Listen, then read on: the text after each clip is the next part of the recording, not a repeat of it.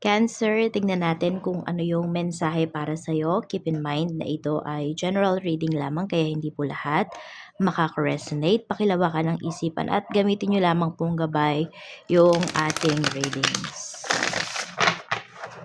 Pwede mo ring panoorin yung iyong other signs, Moon, Rising, and Venus kung hindi ka makaresonate dito. Huwag ka lang laging magfo-focus sa sun sign mo.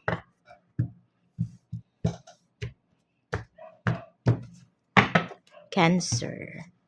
So we have freedom, we have greatness. Something important is coming, so be prepared. Unity and exchange. Tignan po natin kung saan ba yung aspect ng life mo. Kung interested po pala kayo pagdating sa ating private reading, sa ating rituals, sa ating Cures EA necklace at sa ating Cures bracelet, mag-direct mensahe lang kayo sa ating Facebook page. Nandiyan po yung link sa description box o pwede rin naman sa WhatsApp.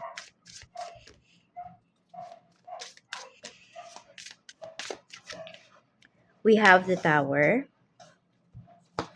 Meron tayo ditong 7 of Swords. So, may malaking pagbabago talaga dito sa life mo. So, lahat po ng nakaka-stress or yung sabihin natin kung anumang bagay or sitwasyon yung nagbibigay ng stress sa'yo, may malaking pagbabago na magaganap po dyan. Ayan, hindi mo na siya talaga mapipigilan. Meron ding mga i-reveal sa'yo dito. Okay? So, pwedeng ikaw yung mag-reveal towards other people or sa'yo may i-reveal. Makakakilos ka na ng maayos dito.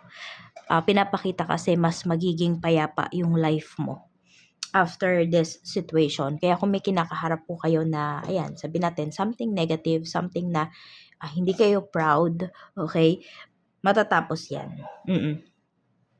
Kahit sabihin natin, pinipigilan nyo kung ano man yung mangyayari dyan, mangyayari at mangyayari po. Kasi gusto ni universe, gusto ng mga guides ninyo na mas maging malaya po kayo, yung makakilos kayo ng maayos.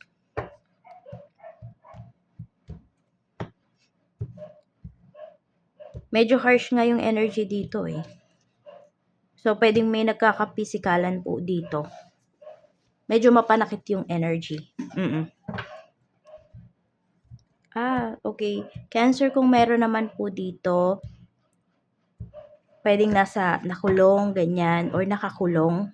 Ayan po, may mangyayari dito na ikakapanalo po ng kaso. So, pwedeng hindi kayo ito, pwedeng person po ninyo or someone from your family. Yan. Something, kasi may freedom tayo dito, diba? So, yun. Basta kung ano man yung bagay na nag-hold back po sa inyo, mawawala yun. Magkakaroon kayo dito ng kalayaan. Freedom to choose sa mga gusto po ninyong mangyari sa inyong life. So, something important is coming. So, be prepared. Meron bang ikakasal dito? Yan yung pinapakita na energy. Or may reunion, ganyan po. Basta merong mga marami-raming tao yung involved po dito. We have the wheel. So, talagang pagkakagastusan nyo po. Pwedeng binyag, kasal. Yan yung pinapakita. Ano naman to? Magiging masaya naman po talaga kayo. Fulfilling naman siya. Kahit sabihin natin na gumastos kayo ng malaki. Meron din yung reunion na to is pwedeng sa abroad.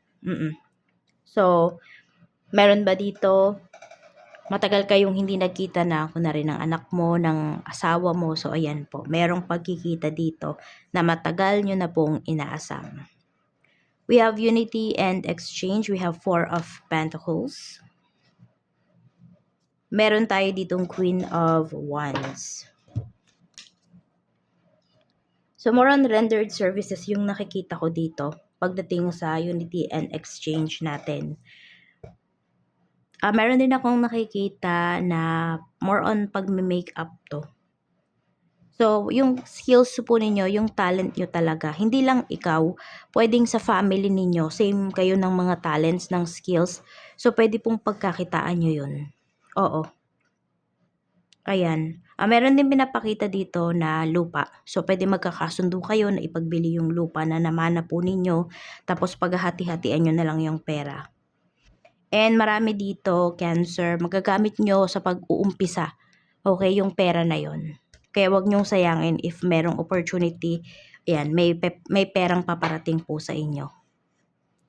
Tignan natin. Kamusta naman yung iyong emosyon? We have King of Wands. Very intense yung emotions mo dito. Pero maganda siya ha. Kasi nandun yung eagerness mo na kumilos, na umaksyon pagdating sa mga nangyayari sa life mo ngayon. Ganyan yung nararamdaman mo. Yung iba din, pwedeng hindi kayo mapakali. Kasi gustong-gusto niyo ng umaksyon, ganyan. We have the Sun, napaka-positive din ng energy mo ngayon, ng kaisipan mo ngayon. Kung meron kang minamanifest or meron kang gustong i-manifest, this is the best time, this is the best day para sa'yo. Kung kailan mo napanood yung video natin na to. Very sharp nung mind mo, very positive. So, yung mga sinasabihan mo or kung meron kang mga sinasabi, pwede talaga na ma-manifest mo siya agad-agad.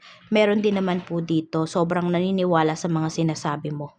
Ayan, mag-iingat lang kayo ha, kasi dahil nga sobrang lakas ng energy ninyo, Cancer, pwedeng may mga sasabihin kayo na mangyayari at yun lang, ingat kayo kasi baka mamaya makasakit naman sa ibang tao yung mga sasabihin po ninyo. O pwede kasi talaga siyang mangyari.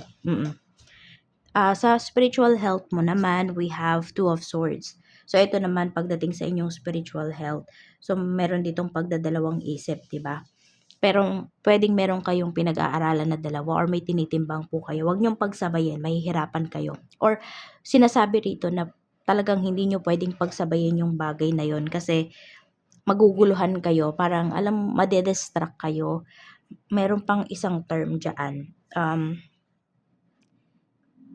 Sabihin natin, parang mas magiging magulo yung life mo pag kapag pinag-aralan mo yung dalawa na to. Kasi hindi sila match, hindi nagtutugma yung mga nandito sa kung ano man tong pag-aaralan mo na to, ano man tong beliefs na to. Kontrahan ba siya? Ganun yung nangyayari. Kaya isa lang po yung pag-aralan nyo dyan, isa lang yung parang i-practice po ninyo. Tingnan natin pagdating naman sa energy ng mga makakasalumuha mo today. We have Page of Wands. So marami dito na makakasalumuha mo. Mataas po yung tingin sa'yo. Nire-respeto ka talaga. Basta mafe-feel mo sa mga sinasabi nila, sa mga tingin sa'yo ng mga tao. Alam mo na-inspire mo sila. Marami kang ma-inspire dito. Tapos sobrang sipag din ng mga tao na makakasalumuha mo. Basta mafe-feel mo pagkausap mo na gustong-gusto nila yung ginagawa nila. Nakikinig sila sa'yo. Tapos may mga tao rin dito na alam mo yung sobra kasi yung tiwala nila sa'yo. So medyo talagang hahayaan ka nila dito kung ano yung gusto mong gawin, kung ano yung mga actions mo, tango lang sila ng tango sa'yo. Wala masyadong kukontra sa'yo dito sa mga taong makakasalamuha mo ngayon. Tignan naman natin blessings na pwede mong ma-receive.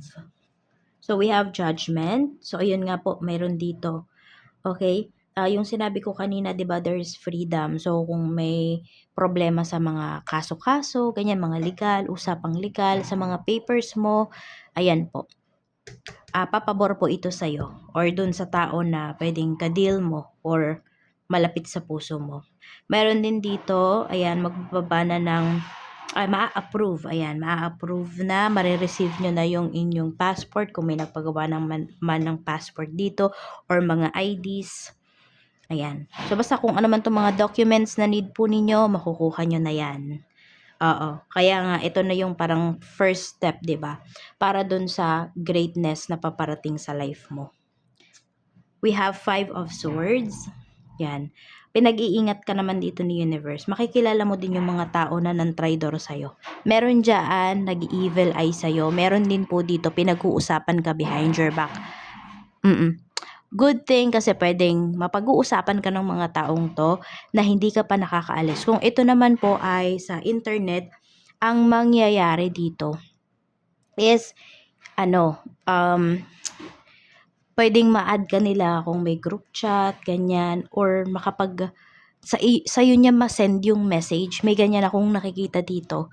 So, bakit siya blessing? Blessing in disguise yung mangyayari. Kasi, 'di ba, malalaman mo na ganun pala yung ginagawa sa'yo nung tao na yun kapag hindi ka niya kaharap. Oo. Malalaman mo yung totoong kulay nila. Makikita mo.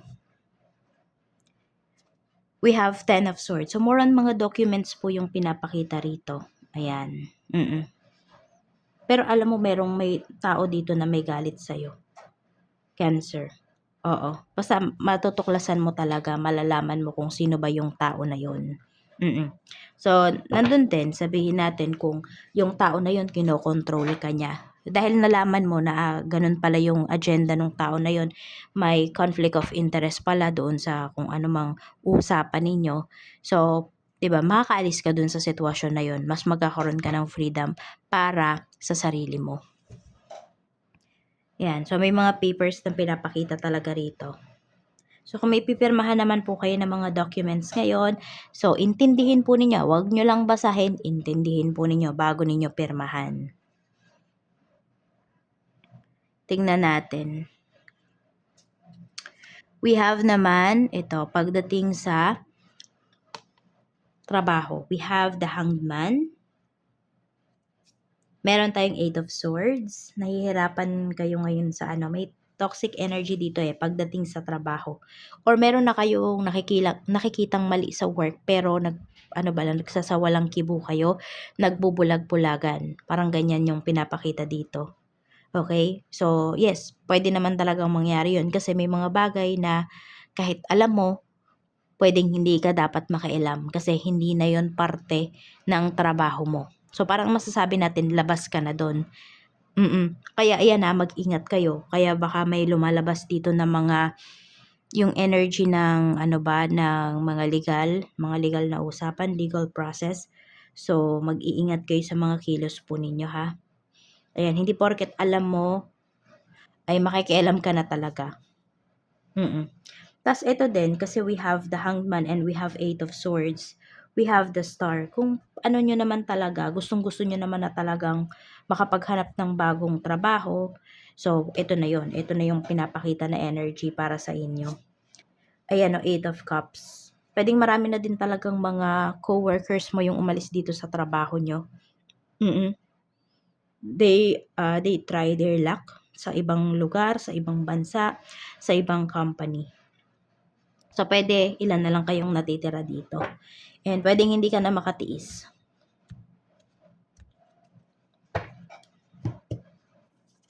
We have Ace of Wands. Ayan. Kaya lang kasi yung iba po sa inyo, Cancer, ayaw kayo talagang paalisin. Basta may isang tao dito na pinipigilan niya yung pag-alis mo sa trabaho. Whether family member mo man yan or boss mo ito. Dito sa work. Mayroon pa nga akong nakikita dito, parang pangungonsensya, ganyan. Pero tignan mo ha, kung hindi ka na masaya dito sa trabaho. Ayan, kung hindi mo mahanap yung freedom dito, mag-prepare ka na talaga kasi mas may maganda pang opportunity na paparating sa'yo. Kung yung trabaho mo nagbibigay na ng stress sa'yo, affected na po yung health mo, lalo na yung mental health mo, ay, mag-isip-isip ka na pag ganyan. Huwag mo nang hayaan na kontrolin ka ng tao na to. Sa negosyo naman po, we have King of Cups. Meron tayo ditong The Emperor. Tignan natin ha, dalawa kasi yung energy dito ng tao na pinapakita. We have the Chariot.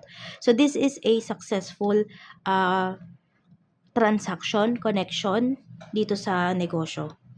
Ayan po. So, kung may pupuntahan kayo dito, okay, di ba yun, yung sabi ko nga yung mga tao na makakasalamuha mo is mataas yung tingin sa'yo, nire-respeto ka talaga. So, pwedeng dito yun sa trabaho. Connected siya sa affiliated siya pagdating dito sa negosyo mo. So, may success po dyan. Meron din dito, magkakapatid, yun yung pinapakita, na successful kayo lahat sa business. Ganyan. King of Pentacles. Okay din po yung sales. Kung meron kayong dalawang branch dito, pagdating sa negosyo nyo, pwedeng yung isa, sobrang taas talaga ng sales. Yung isa naman humahabol. Oo. So, walang lugi ngayong araw na 'to. Three of Pentacles. Maaayos din pong kausap yung ano mo, yung mga kliyente mo. Ayan. Bayad ka agad. Wala kang magiging problema sa bayad nila. Nine of Cups. Masasabi mo na sobrang swerte mo pagdating sa mga clients kasi hindi talaga pasasakitin yung ulo mo. Check naman natin pagdating naman sa staff kung meron. Ten of Cups. Sa staff mo rin po. So, patuloy po na pagtaas ng sales, patuloy na paglago ng inyong negosyo, yan yung paparating sa inyo, Cancer. Claim nyo na yung positive energy na to, lalo na kung kayo ay nagbi-business. Ang ganda. Kasi alam mo, yung turing sa'yo, ayan, even yung mga ano mo ha, mga staff mo, is, tinuturing ka talaga nilang pamilya. Humahanga talaga sila sa'yo. Oo. Yan, or pwede rin dahil pamilya yung turing mo sa or mabait ka pagdating dito sa mga staff mo.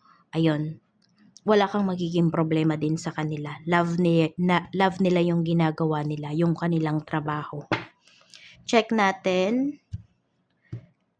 Okay, pagdating naman sa kaperahan. We have King of Swords. Ito yung energy mo pagdating sa money. We have Five of Pentacles. We have the Moon. Okay, wag ka munang gagastos ngayon. Okay, sabi natin, sige, natural naman na may gastos ka ngayong araw na to, Cancer. Pero yun yung mga usual na gastos mo. Diba? Pero kunwari, sabihin natin may luho. May luho na sisingit ngayon. Wag mo munang bibilhin. Delayed gratification mo na yung gawin mo dito. Medyo magkakanda, gulo-gulo yung finances mo. Okay, yung budget mo once binili mo to. Kasi, oo, naka-focus ka lang kasi dun sa mga ano yung pera mo naka-focus lang dun. Sabihin natin may mga nakatabi kang pera, pero nakatabing pera mo yun, meron kang ibang pinaglalaanan nun. Pero kasi ang pinapakita dito is more on luho. Huwag ka magpapadala sa luho ngayon. Or sabihin natin kung ito naman ay anak mo or kung sino man yung magpapabili sa'yo, family members, tanggi ka. Okay, matuto kang tumanggi rito kasi yun, ikaw yung magsasuffer. And medyo matagal-tagal po yung pagsasuffer mo na to sa finances. Maapektuhan yung mga future budgets mo. Okay? So, meron nga dito 5 to 18 months. Okay? Could be months, some of you naman, weeks po yung itatagal dito sa magiging effect nito sa financial mo. Kaya ingat-ingat po kayo. Sa love life naman, tignan natin. We have Two of Pentacles. May pagdadalawang isip. Nafe-feel mo ba to sa person mo ngayon? Feeling mo hindi siya sigurado sa relasyon ninyo. Pwedeng ang cold niya, minsan lang siya tumawag, mag-message. Tingnan natin. Seven of Cups. Nagdadalawang isip kasi may other choice na pinapakita dito eh. Page of Pentacles. Ayan. So, wala talaga sa'yo yung focus ng person mo. Mukhang meron siyang bagong kinakausap dito. Merong bago nakakonect. Yun yung pinapakita. Sige, tingnan natin ano yung nafe-feel niya. So, ito pala yung pwedeng unresolved issues to sa relasyon ninyo. May history talaga yung person mo na, ayun, mahilig. Mahilig makipag-usap, ganyan. Oo, hindi pa siya sawa in short. Ano yung nafe-feel niya sa'yo? We have the Hermit. Ayun nga, nanlalamig nga siya sa'yo ngayon, Knight of Pentacles, naghahanap ng iba. Yun talaga ang pinapakita. We have the Hierophant. Sumasakit daw yung kanyang ulo. So, natatalakan mo ba siya? Or nitong mga nakakaraan ba, pinagbibintangan mo siya? Kasi nararamdaman mo hindi ka naman manhid na meron talagang iba. So, pinagpapatuloy pa rin po ng person mo yung ginagawa niya. Hindi pa rin siya humihinto.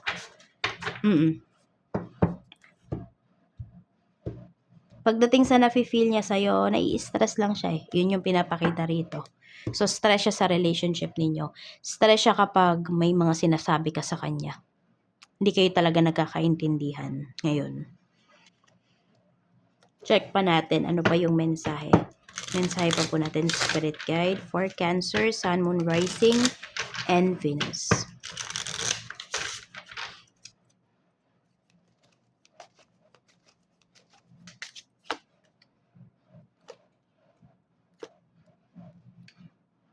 Ayan. So, problem ito in terms of finances. Sa ganito, pwedeng merong, ayan more on anak yung pinapakita dito, magnanay kasi yung energy. So, pwedeng hindi nyo matiis yung anak nyo. Cancer, may ipapabili po sa inyo. Oo. Pero nagdadalawang isip ka. So, sabi ko nga dapat matuto kang tumanggi. Or, i-delay mo muna. 'Di ba? Kung hindi pa naman talaga kailangan na kailangan, delay mo muna kung ano yung gusto nitong anak mo. Kasi, yun nga, katulad ng sinabi ko sa'yo, 'di ba? Kino-confirm lang dito. Kina-clarify lang talaga na ganun yung pwedeng mangyari. Mahihirapan ka pagdating sa finances. Masisira po yung budget mo. So, nasa sa inyo na yan kung paano nyo ba dinidisiplina yung inyong mga anak. Paano nyo ba sasabihin yan sa kanya? Na hindi naman sasama yung kanyang loob or yung maiintindihan niya yung sitwasyon. So, ayan lang po. Maraming salamat. Mag-iingat po kayo and more blessings to come.